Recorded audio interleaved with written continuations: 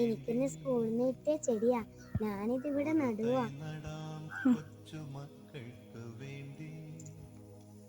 ഒരു തൈ നടാം 100 കിളികൾക്കു വേണ്ടി, ഒരു തൈ നടാം നല്ല നാളേക്കു വേണ്ടി.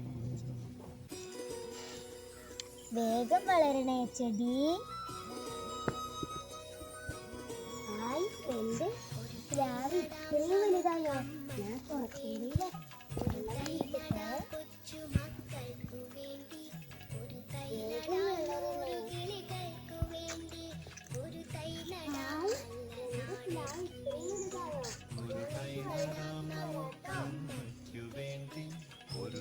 നടാം കൊച്ചുമക്കൾക്കു വേണ്ടി, ഒരു തൈ നടാം 100 കിളികൾക്കു വേണ്ടി, ഒരു തൈ നടാം നല്ല നാളേക്കു വേണ്ടി.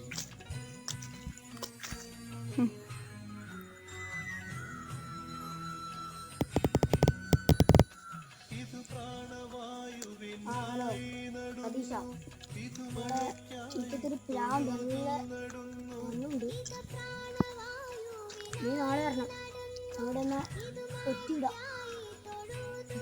നാളെ പൈസെല്ലാം ചുരുക്കി തന്നാ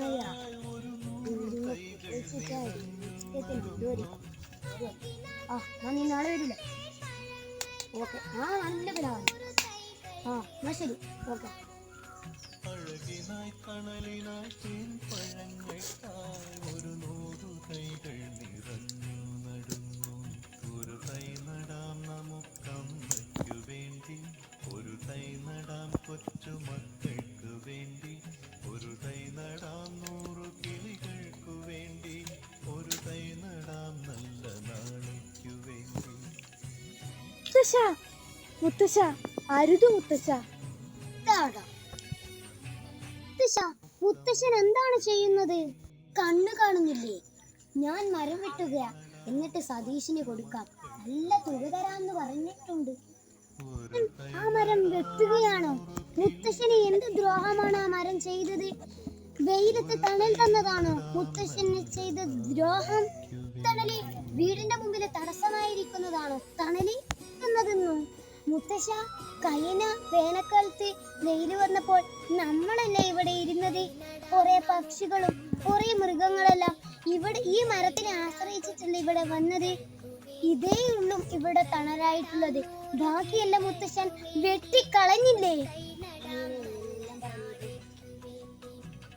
പൈസ കിട്ടിയില്ലേ, അതിനല്ലേ ഞാൻ ഈ മരം വെച്ചത്. മുത്തശ്ശ, ഞാൻ മുത്തശ്ശനെ പറഞ്ഞുതരാം. നമ്മൾ തന്നെ നമ്മുടെ പ്രകൃതിയെ സ്നേഹിക്കണം. നമ്മുടെ പ്രകൃതിയിൽ മരങ്ങളും ചെടികളെല്ലാം നട്ടുപിടിപ്പിക്കണം. നമ്മൾ തന്നെ നട്ടുപിടിപ്പിച്ചിട്ട് അതിന് വെള്ളം കൊടുക്കണം. ഇന്ന് പരിസ്ഥിതി എല്ലാവരും നല്ല പരിസ്ഥിതി